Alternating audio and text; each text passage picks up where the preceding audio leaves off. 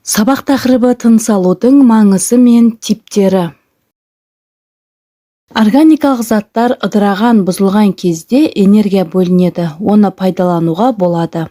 Алынатын энергия мөлшері калориямен немесе джоулмен өлшенеді. Энергия алу және тыныс алу үдерістері неге бір-бірімен байланысты деген сұрақты қарастырсақ, оттек әсерінен органикалық заттар көмір қышқыл газы, су, кейде басқа да қосылыстарға ыдырайды. Яғни тірі ағзалар энергия алу үшін тыныс алады. Жануарлардың қоректенген азығынан органикалық зат алады. Оның белгілі бір бөлігін жануар жасушаларының өсуі, дамуы, жаңаруы үшін жұмсалады, ал қалған бөлігі тыныс алу барысында энергия алады. Бұл энергия қозғалуға, өзіне қажетті заттарды синтездеуге жұмсалады. Өсімдіктер фотосинтез барысында жарық энергиясын пайдаланып, органикалық заттарды өздері жасайды.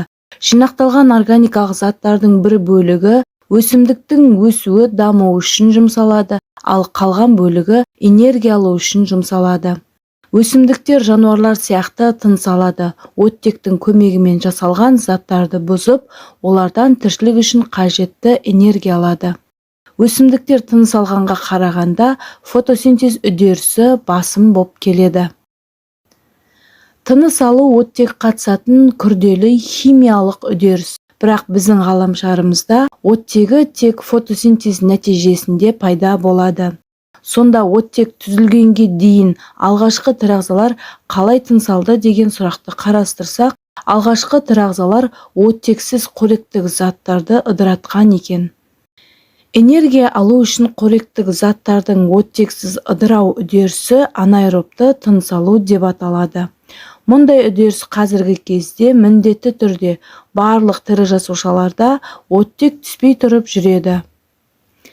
Тыныс алу типтері аэробты және анаэробты ағзалар болып бөлінеді. Аэробты ағзаларға оттекті қажет ететін өсімдіктер, жануарлар, саңырауқұлақтар, кейбір бактериялар жатады. Анаэробты ағзалар оттекті қажет етпейтін, паразитті тіршілік ететін көп жасушалы және қарапайым ағзалар және кейбір бактериялар жатады. Анаэробты ағзалар оттексіз тіршілік ете алатын тіршілік иелері. Олар оттексіз қарапайым тәсіл арқылы қоректенген заттардан энергия алуға қабілетті. Бірінші фотосинтез пайда болғанға дейін тіршілік еткен және қазіргі кезге дейін сақталған ежелгі бактериялар жатады. Бұлар шіріту, ашыту бактериялары және зең саңырауқұлағы, ашытқылар жатады. Сонымен қатар анаэробтыға кейбір паразитті тіршілік ететін ағзаларды да жатқызамыз. Аэробты ағзалар оттекпен тыныс алатын және оттексіз тіршілік ете алмайтын тіршілік иелері.